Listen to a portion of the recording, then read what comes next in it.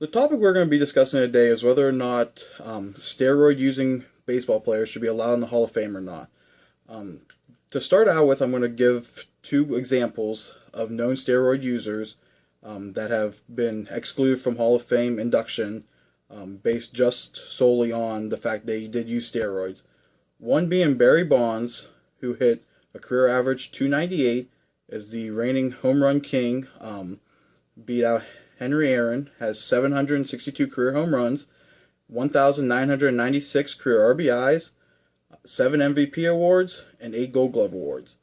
From the other side of the standpoint is Roger Clemens, who has a career of 354 wins, 3.12 ERA, 4,672 strikeouts, 7 Cy Young awards, and 1 MVP award.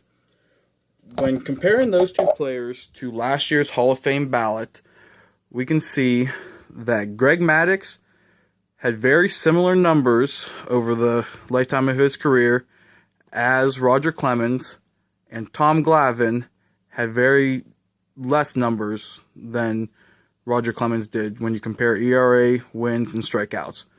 The only hitter that was inducted last year was Frank Thomas, and when comparing his numbers to Barry Bonds' numbers, they're not even in the same ballpark. With this being said, we need to start putting the best players into the Hall of Fame in order to let the Hall of Fame act as what it should. It's for the best players. Whether or not they use steroids or not, they still put up the numbers with a level playing field. Not just hitters were using steroids, pitchers were also using them. When ESPN asked Hall of Fame manager Tony La Russa his standpoint on whether or not players should be allowed in the Hall of Fame, he said that the game's most blatant dopers should be allowed to enter the Hall of Fame, but with an asterisk next to their name, indicating that they were still able to put up the numbers that they did, but did it possibly on an uneven ground than other players did. When we asked the reason why these players need allowed into the Hall of Fame, there's a few different reasons that I'll cite at the end of the speech. One being is that it ends the witch hunt. In years past, when ballots come out for the Hall of Fame, you have to decide what players get in based on their stats, their longevity of their career, and other different variables. Today, it's based on you pick the 3 or 4 decent players that you know didn't use steroids, and you basically put them in the Hall of Fame, whereas you're not putting the best players in as you should. Another reason is that it saves the Hall of Fame. The best players that we're talking about, the Bonds, is the Clemens, Sammy Sosa, have the biggest followings of any of the players from the late 90s, early 2000 era. By putting these players in the Hall of Fame, you're going to attract more customers to the Hall of Fame so that they can see their favorite players enshrined. Another reason is that it recognizes humanity. Everybody makes mistakes, and we have to be able to move past our mistakes. By putting them in the Hall of Fame, and using the asterisk especially, you acknowledge their mistake, but you let them move past it, and you don't just dwell on those things. And lastly, it celebrates the great players. The great players are the ones that, in my mind, put up the big numbers. The ones that go out and hit 50, 60 home runs in a season, strike out 300 guys a year, win 20 games a year. Those are the players that I want to see in the Hall of Fame, and those are the players that deserve to be in the Hall of Fame.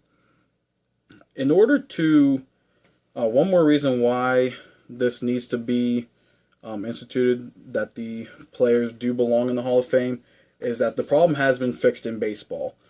From 1996 to 2001, there were 83 different 40 home run players in the major leagues, whereas from 2007 to 2012, only 22 players have hit more than 40 home runs in a season.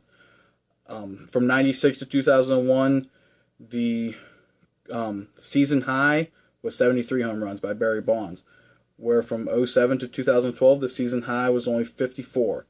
This shows that dopers have been taken out of the game. They've instituted stricter policies against known steroid users, and this has forced players not to use those drugs anymore.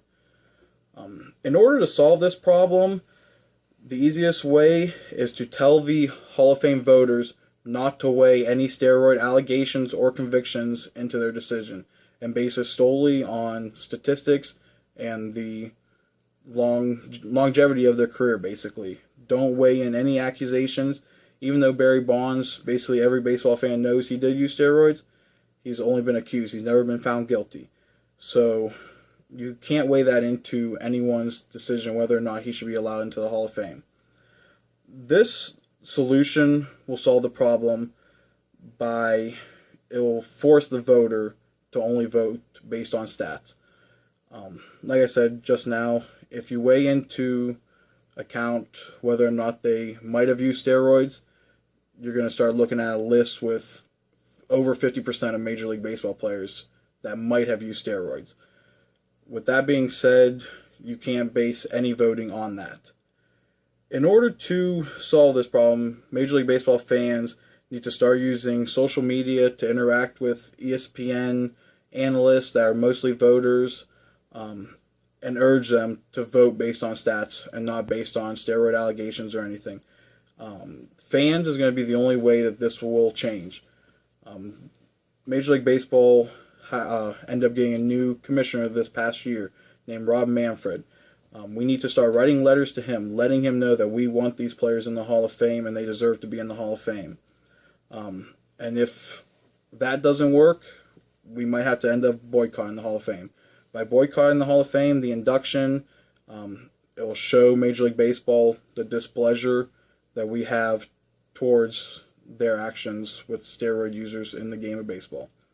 Thank you.